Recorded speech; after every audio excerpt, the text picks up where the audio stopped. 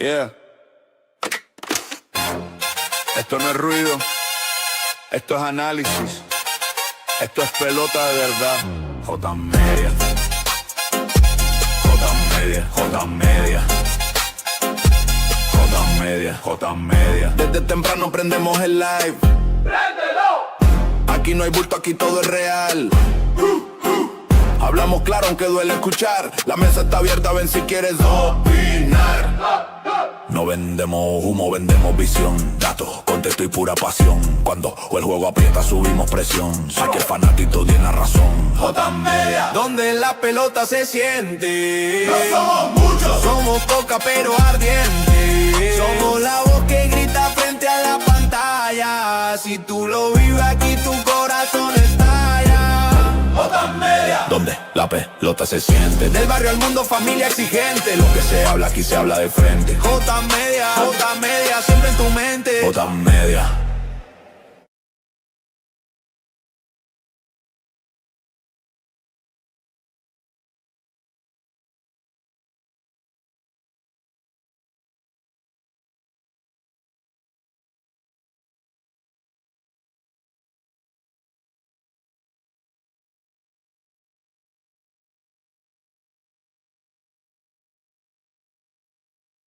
So it's good, it's good for the tournament, and hopefully in 2029 it's the same thing. Go to the second row on your left, guys. Hey, Paul, this is for you. Going to pitch against Team Mexico, knowing USA, Mexico, big rivalry. A lot of fans are going to be energetic. What about for you? What's the excitement going in headline to pitch that game? Yeah, just getting to go out there and execute, face a good lineup. Obviously it's going to be a big atmosphere, and it'll be a good chance to to see where I'm at too. But biggest thing is just going out there and executing. So looking forward to it. Go to the second row on your right, guys. This is for Mark.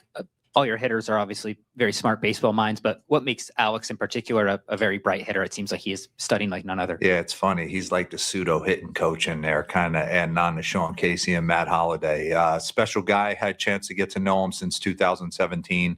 Brian McCann's one of the bench coaches on this team and won a World Series with him. And yeah, he loves the game. He's got passion for the game. You saw his ABs. I think that was the beautiful thing about last night. It was, I believe it was like 17 walks and 2 hit batsmen. These guys don't give in. 3-1 counts. You got to come over the heart of the plate or they're not swinging. They're willing to pass the baton. And that's kind of what I was trying to build with the lineup. It's just constant quality of at bat kind of building off each other. It's just constant traffic on the bases. Far back on the left, Chandler. Paul, knowing what Tarek has in front of him this coming winter, just, I guess, what does it mean to you guys and the team that he chose to pitch in this tournament, even if it's just going to be for one start? Yeah, if there's any more reason to unite behind what we're doing, that's it. We're wearing USA across our chest. That should be enough. But we got a guy who's,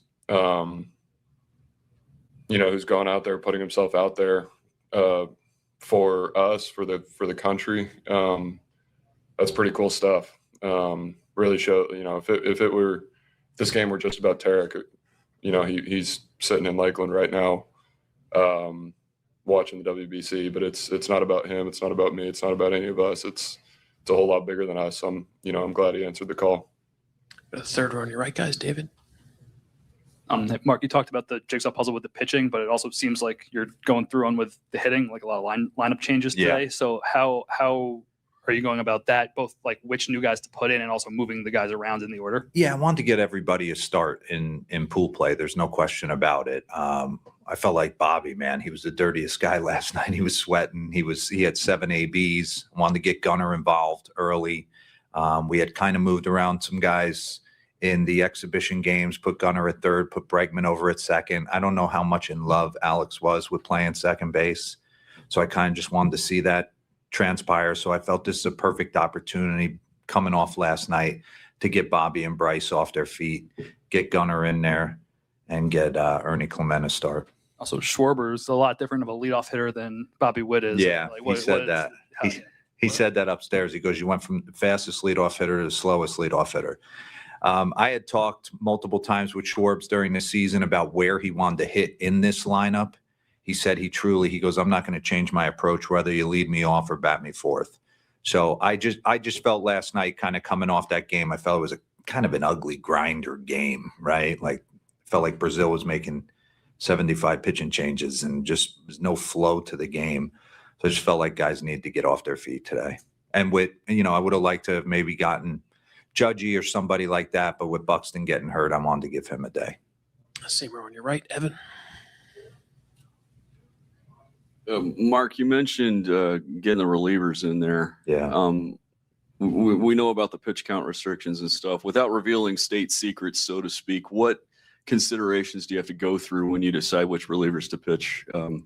I think they all want to touch the mound, right? You don't want to give them like 4 or 5 days off in between. Like last night, I know everybody was like, what are you doing bringing Mason Miller into a 15-5 game?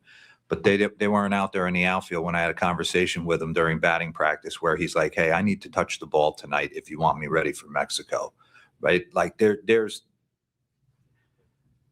even if it's one batter in game, I think it means a heck of a lot more than some live bullpen on a backfield or during our workout tomorrow. So my goal is to try and get everybody to touch the mound at some point tonight, which hopefully won't happen, and we'll adjust off of that. Do a few last ones. Chandler in the back left. Mark, just real quick, anything new on Buxton? Would he be available? Yeah, he's fine. Okay. He would be available to start tonight. Yes. Go to Sergio up front here. Thank you, Sergio Guzman for Baseball, and this is for Paul. Paul, college, majors, World Baseball Classic now. What are the similarities? What are some of the differences for you? Well, the biggest similarity is that it's just baseball. I think it's funny.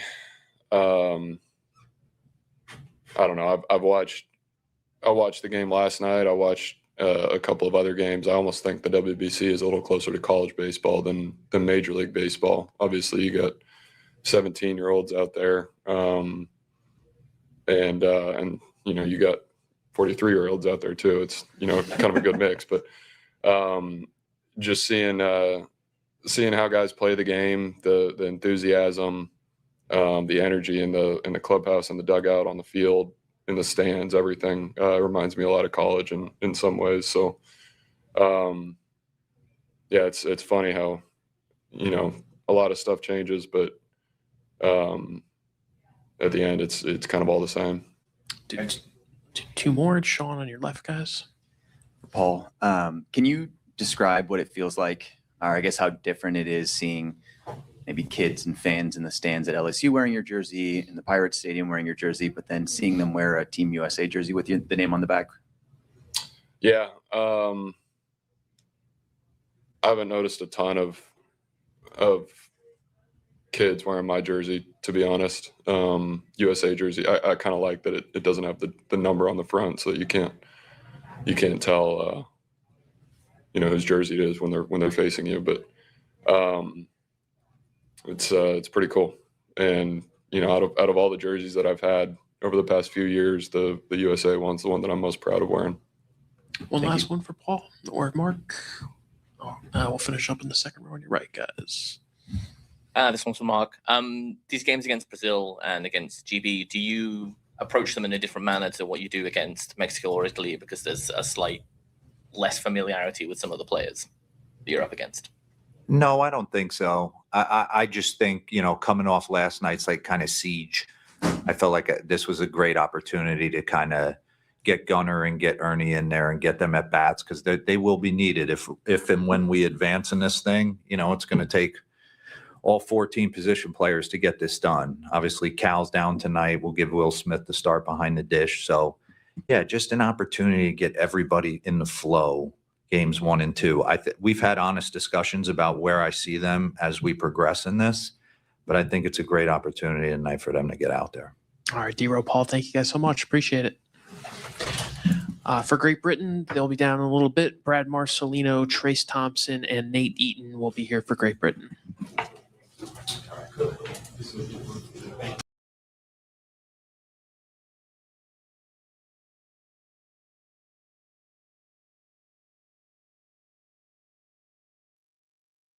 and, you know, coming back, a lot of us wanted to avenge that and represent Mexico even better and bring a championship there.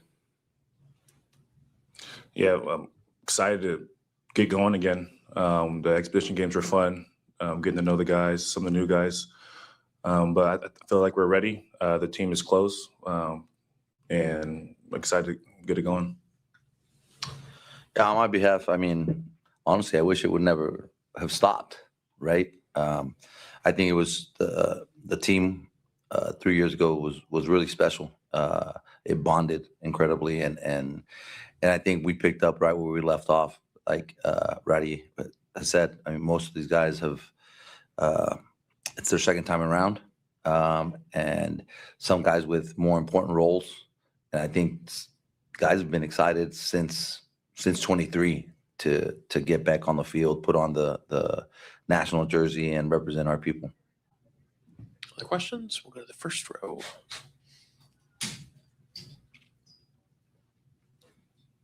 Hi, hola Benji, Ada La Valle de Albat, Ada La Valle from Albat, Mexico. A question, how do you think these kind of events help the sport, baseball, like to have more fans and the teams can see that they're important so you can get more fans, the baseball can grow globally? What's the mindset that you have for this? I'll tell you what, when I was still a player, I remember, I think the rumor started that there would be an event like this, like in the maybe late 90s, early 2000s.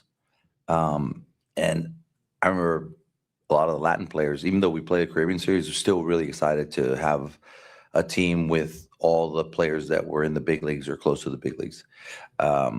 It finally happened in 2006. And what the WBC has done, if you just look only at Major League Baseball in the last, call it 25, 30 years, the way it's grown globally, there's players that have been there from Europe now. There's players that have been from Africa. There's players that have from Australia. There's more Korean players. There's players from Taiwan. Obviously, the Japanese player is way more available in the big leagues. It's grown by leaps and bounds. And because of that, so now there's fans in Europe because of baseball. Baseball has done a great job, I think, playing games in Europe, playing games in Australia, playing games in Korea, all over the world, right? So, and I think, but as much as the big league games for the players from those countries and continents to be in the big leagues representing their people day in and day out, I think that's grown it as much as anything. And what's made that possible is the WBC. So I think that's why everybody takes so much pride in playing for the country, but also knowing that you're growing the game globally. And for you as players? Yeah, I mean, I think just from the last WBC, you see how many more players are playing in this one, more superstars, and just how much the game has grown in the last 3 years. The attendance is up, I think, just across all 30 teams. And for this WBC, you got a lot of superstars, more guys playing Team USA. We got more for us, Japan, and this is our Olympics. You know, we don't get to play in the Olympics, so this is our Olympics, and I think everyone takes pride in representing their country. I think just like Benji said, just growing the game, you know, seeing kids wanting to play baseball more, seeing more kids wanting gloves and bats. And, you know, I know after what we did in the last Classic, how much it grew baseball in Mexico. It was an honor to represent, you know, our country and bring baseball back to Mexico and the pride that they have just playing the sport. Other questions? We'll go to the third row on the left. To Taiwan and to Rowdy, have you picked up any more Spanish since the last WBC? I haven't. I keep telling myself every year I'm going to learn, but none. Yeah, maybe a word or two here and there. Those you can't mention. Huh? Yeah, I know some of them. I can understand it okay when they start talking about my having no hair and how big my head is, but other than that, not a ton. Then you're fine. We'll go to the first row on the left. So I want this for you. What's the expectation going onto the mound, you know, trying to set the tone for Team Mexico going against a great team like Great Britain? I saw it's pitching today, so he's definitely setting the tone for us today. He's a good pitcher, and the last Classic, he was just really breaking out of his shell and really showing the type of pitcher he is. And having the 3 extra years for him under his belt, he's going to set the tone for us really big. And you know, our lineup is really strong too. We have a really good, strong lineup, and our bullpen is really strong this year. So they'll set the tone for us, and we'll focus on game 1, and then after that, we'll look forward to Sunday. Go to the second row on your right, guys. Thank you. Sergio Guzman for baseholding.com. Benji, good morning.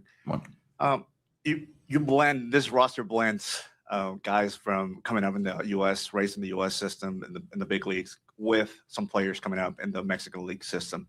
How do you navigate the clubhouse and the day-to-day to keep them motivated and keep them connected with that biculturality? Well, I think it's 2 things, right? And it's real simple.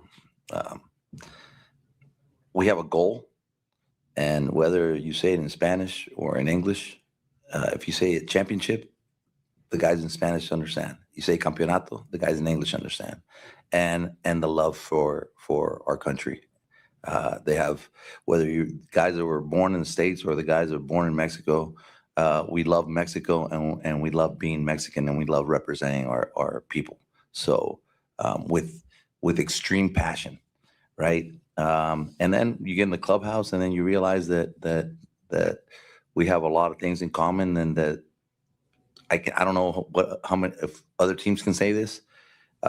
We have great players. We have great human beings, and they love being around each other. And even if they're around each other for just a couple weeks, they know they have each other's backs. So, and they do anything for each other. So it makes it easy that way, right? When you have good people and they have common goals and they have the same passion. I'll go to the third row on the right, Evan. Evan Thompson from Sport Relay. Good to see all 3 of you again. This is more for Benji, but get input from the other 2 if you have any. Last World Baseball Classic, Benji, you mentioned that after Mexico's disappointment in the World Cup, you guys had a chance to, bring kind of the Mexican spirit up with athletics, and you had a deep run. Now that was a few months after the World Cup. Now you're playing a few months before the World Cup. So how can this tournament serve as a springboard maybe for Mexico playing in the World Cup? Yeah, absolutely. Like we know that the main sport in Mexico is today, as we stand here, is soccer, right?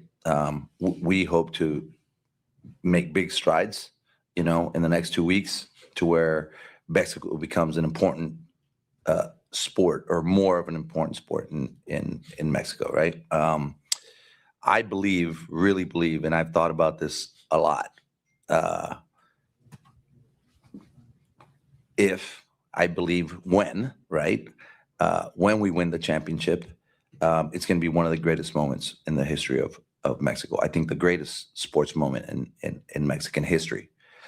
I believe that will inspire our soccer team to believe that they can do it too, right? A lot of people in Mexico always, they use the saying, si se puede, right? I believe after we win, our soccer team is like, if they could do it, why can't we? And, being that some games are going to be played in Mexico, I think it's just going to be an explosion of just nationalism and patriotism in Mexico. Having said that, once we win, if they're able to have a great showing, I can honestly say it'll be the greatest year of at least athletics in Mexico, and maybe one of the greatest years ever for our country. So, yeah, we have great responsibility, and we're excited to be a part of it. Do a couple last ones up front. ¿Qué tal, Benji? Buen día. Hace un rato estaba revisando la lista de los capitanes y sus selecciones. Cada selección tiene un capitán, México no. ¿Por qué esta decisión? Había mucha gente igual en los comentarios preguntándose por qué México no tenía ese capitán. Entonces, si les pudieras explicar un poquito, por favor. Sí. La razón para mí es bien fácil. Aquí tengo un capitán, aquí tengo otro capitán, tenemos a otros 6, 7, 8 capitanes. Entonces, tenemos a uno que le dicen Capitán Kirk, ¿no? él es capitán, pero por el apodo.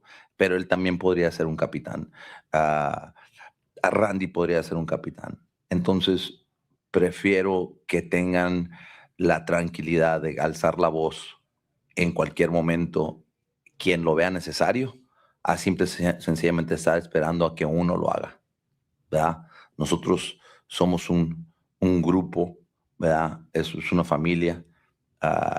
Entonces no le veíamos el caso de nombrar a uno, ponerle más presión a él, ¿verdad? Y hasta cierto punto a lo mejor menospreciar a otros. Entonces creo que tenemos un grupo de muchos líderes. Él es un tremendo líder, Randy, los que han estado, los que estuvieron en el último clásico, Muñoz es líder en el bullpen, Robert García es un líder también en el bullpen. Entonces hay distintas áreas, entonces por eso es que pensábamos y estamos todos de acuerdo, los que estábamos tomando la decisión, que no es necesario tener un capitán cuando tienes tantos líderes. Do two last quick ones over here on the left. Good morning. So, two questions. The first one in English for Taiwan, and second one, la segunda en español para Benji. First one for Taiwan. You pitched a lot in this stadium at the beginning of your career when you were in Seattle. How much do you think that help you in this game? So, la segunda, el equipo tiene, digamos, muchos jugadores que son nacidos en México, pero también tiene jugadores como ellos que no nacieron en México y tienen raíces mexicanas. Tienen otros como México, como Randy, que obviamente no nació en México, no tiene raíces mexicanas, pero ahora sí tiene descendencia mexicana. La labor de un coach, de un entrenador, de un manager como usted, en juntar todo ese grupo y que todos se sientan parte de la misma familia. Gracias. Yeah, pitching here a lot, I think for me, it makes me comfortable because I know what the mound's like. I know how high the mound is. And also how to approach hitters. You know, we have the short porch in left field, so knowing which guys like to go oppo, you know, I know how to pitch them. And I think just really just being comfortable on the mound. A lot of guys haven't pitched on this mound. For me, I like it. It's a higher mound.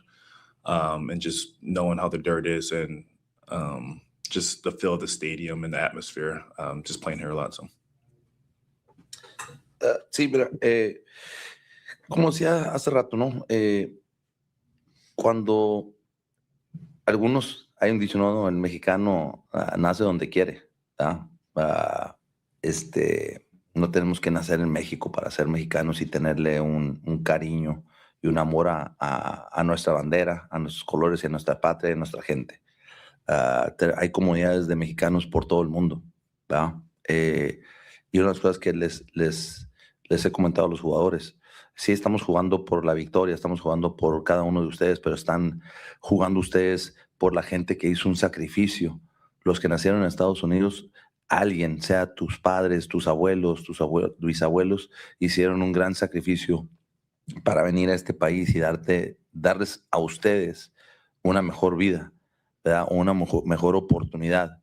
Entonces ahora tienen la oportunidad de representarlos a ellos, esa gente que hizo ese sacrificio por ustedes o por sus padres, tienen la oportunidad de con actos de algo que ustedes aman hacer, representarlos con pasión, amor y enorgullecerlos. Entonces, creo que para el que no es nacido en México, cuando la piensan de esa manera, pues es muy fácil entregarte al 100% a lo que es ponerse la camisa.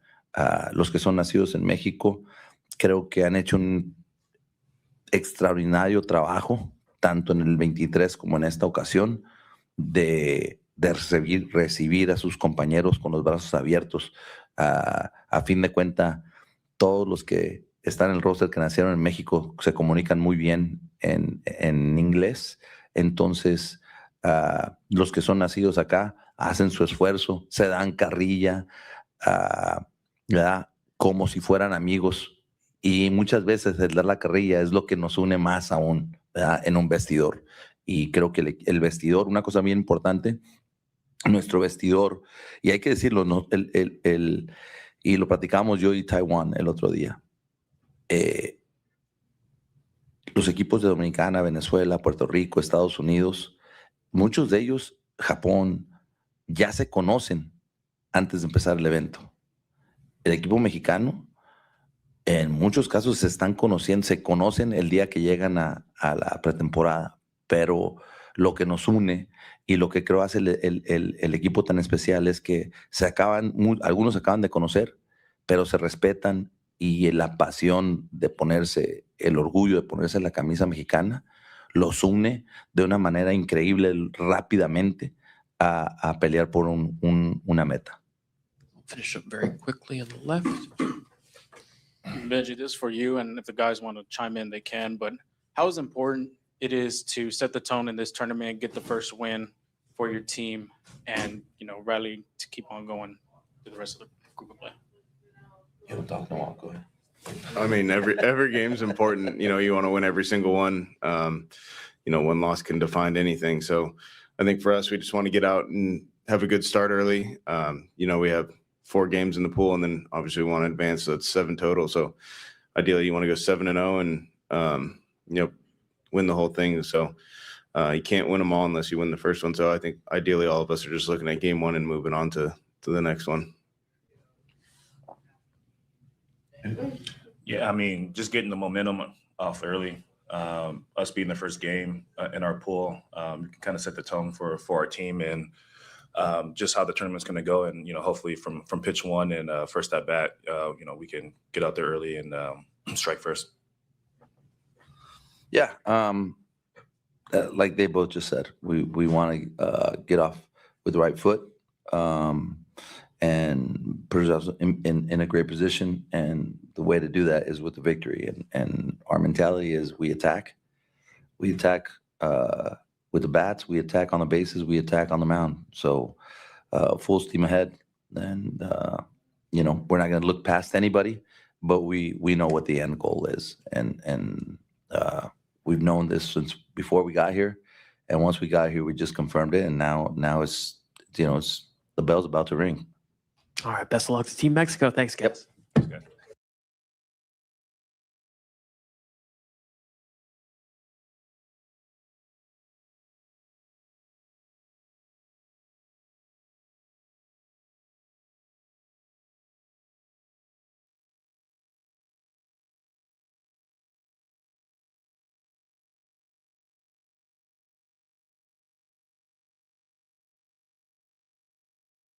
Against Great Britain, we were always under the assumption that he was going to leave after pool play. I know that kind of got clouded a little bit because getting on the mound in a USA jersey, being in the room with these guys is special.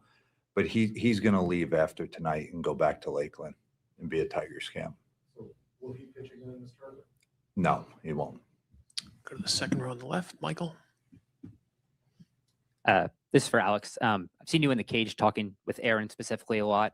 Is he a baseball mind you enjoy chatting with, and what about him in that way is something you enjoy? No, for sure.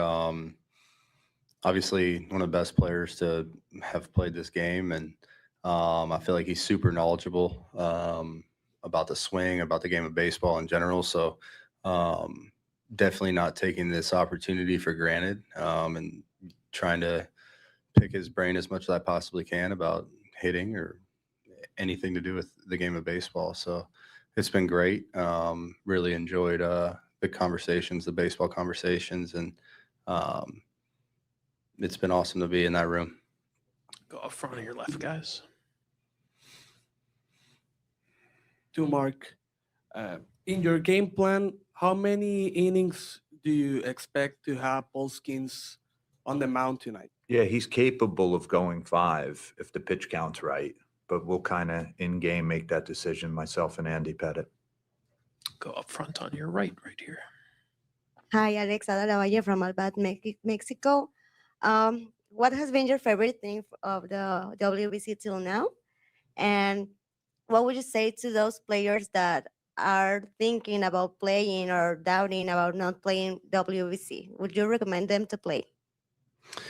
Yeah, I definitely recommend to play in the WBC. My favorite thing about this tournament is the honor of representing your country. We have a bunch of guys in that room that are proud to be American and proud to represent our great country. And we feel fortunate to be able to take the field with the stars and stripes on. And we don't take that opportunity for granted. And we are going to leave it all out on the field. Thank you. Stay in the same row in the middle here. Good afternoon. Juan Arturo Recio for ESPN Deportes. Mark, two quick questions. First one, seeing how the game between United States and Mexico ended the last time you guys played, do you see this as some sort of payback game for you guys? And the second one, yesterday, Benji Hill made some remarks about your comments about having the best players in the world. He said, he pushed back on the idea. He said, hey, DR, Japan, and Venezuela might have something to say, and we don't care about the best players in the world. We care about having the best players in the game against them. I would like to hear your thoughts on that. My thoughts on that are, my day job is I work in the media, so I understand how, one little snippet of what is said can get taken out of context. The question was, how do you approach it without their pitcher being, they hadn't named their pitcher yet. So for me, I just said, I don't care who's pitching for them. We're going to worry about us. That was the answer. If that's used as bulletin board material, that's not what I was doing. Ton of respect for Mexico, ton of respect for the way they played together in this tournament. They've beaten the United States, I believe, 3 out of the last 4 times. I remember 2023 vividly. I remember Joey Meneses' 2 homers, Randy Arozarena, all of it. I have a ton of respect for their players. They are fantastic. Ton of respect for Benji. I just have a ton of confidence in the guys in our room, and that's what I was just trying to convey. So, no, I don't see it as payback. I see it about worrying about winning the bracket, winning our pool, and advancing. The third row on your right, Bob. Hey, Mark, back with that Turk Skubal, it was such an emotional decision for him. Did you kind of stay away from it and try not to influence? I did. I did that with every player here. They got to be here under their own want to. I can't be the reason they're sitting in the room. That's just too much. I would think. I would be worried about every pitch he throws. I know what's at stake for him. I'm over the moon he decided to show in the first place for us. I really am, and take the ball for us. I think it meant a lot to a lot of guys in that room, and we know where his heart is. And if he was in a different situation, he wouldn't be leaving. But I also understand that 99.9% of the guys, if given his ability to get to free agency and just generational wealth on the table and everything he's got in front of him, a chance to win 3 Cy Youngs in a row, I was proud that he even showed for us. Go to David in the third row. Mark, it looks like the whole Air Force baseball team will be here to watch Paul pitch. And there was a report out there earlier that like Paul and Griffin may have gotten them all tickets. Is that true? You know? I don't know that to be true. I would assume that's true. Yeah, I don't know. It's true. I don't know. I was just wondering what it might say about those guys if they're they're special guys. I had special conversations with both of them. I mean, obviously their process is a little bit different than the rest of the guys in the room, living that military background and going to school and attending Air Force. I know in my talks for both of them, every guy in that room is proud to represent the United States of America, but the conversations with them were a little bit different as far as wanting to represent every serviceman and woman who protects our freedom on a nightly basis. I mean, they're thinking a little bit different. Row behind, Sean. Alex, last time you played in the WBC, y'all won the championship. Who were the leaders on that team? And have you been able to draw anything from them that you now can lead this team? Looking back on that team, I felt like that's a really good question. I can't really pinpoint one because I feel like everybody kind of led in their own way. And I feel like it's kind of the same thing with this ball club. I feel like we got a lot of guys who obviously have a lot of confidence in each other and themselves and have won and are baseball players. And I felt like that team was full of baseball players that found a way to win baseball games. And I feel like that's kind of the makeup of this team as well. Do a few last ones, Christine, then Chandler. Hey, Alex, I saw you nodding your head when DeRosa was talking about Scooble and his decision not to continue. He talked about the support you guys have given him for, whatever decision he makes. Was it easy just to be on his side regardless of what decision he made? 100%. Tarek's awesome. Awesome human being, awesome player, one of the best pitchers in the world. And we kind of all understand the situation that he's in, and whatever decision he was going to make, we fully have his back. And we were, like Mark said, we were thankful that he even showed up to pitch a single inning for us. So we know where his heart is. We know how tough a decision it is to make, and we fully respect it, every single guy in that room. One or two last ones for Team USA. Evan.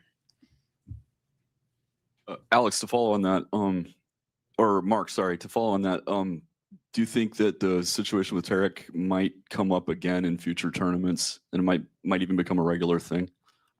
I think it's all case by case scenario. I really do, but certainly you have to understand his situation. Your heart wants to stay in the room with the guys. I talked to him for about 45 minutes yesterday at Constellation Park where we worked out, myself and Andy, and you could tell he was struggling with it. And we were just like, this has got to be your decision. It's got to be your family's decision. At the end of the day, we'll support you either way. I mean, I'd love for him to pitch a championship game. Who wouldn't? I mean, he was throwing 98-mile-an-hour bullets the other night with devastating off-speed stuff. But I understood when he was coming in, and we were prepared for him to leave. One last one. All right, guys. Thanks so much for your time. Appreciate it.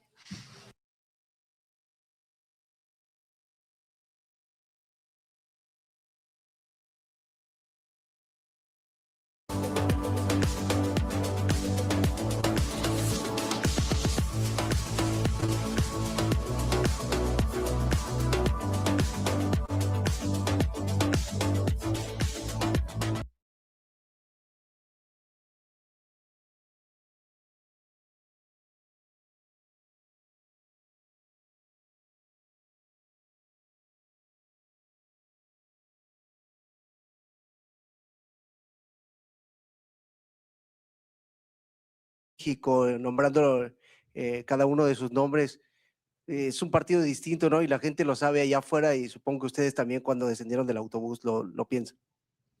No, la verdad, un sentimiento muy bonito ver a tanto mexicano apoyándonos, y la verdad que es para lo que uno juega, siempre lo he dicho, para poner el nombre de México en alto, y es lo que vamos a tratar de hacer hoy. Other questions? Second. Oh, my apologies. I mean, seeing all these Mexican fans out here it's been an honor to be able to represent them and go out there and play hard for them. I mean, they show a lot of respect for us and a lot of love for us no matter what happens, and I'm very grateful. Sí, sí, claro que nos hace sentir bonito, ¿verdad? Ver el apoyo que nos brindan, el cariño y que estén aquí, ¿no? Porque sabemos que seguramente mucha gente de la que está presente viajaron ya sea de México o otros lados de Estados Unidos a venir a apoyar a su equipo nacional y a sus ídolos. Go to the second row on the right.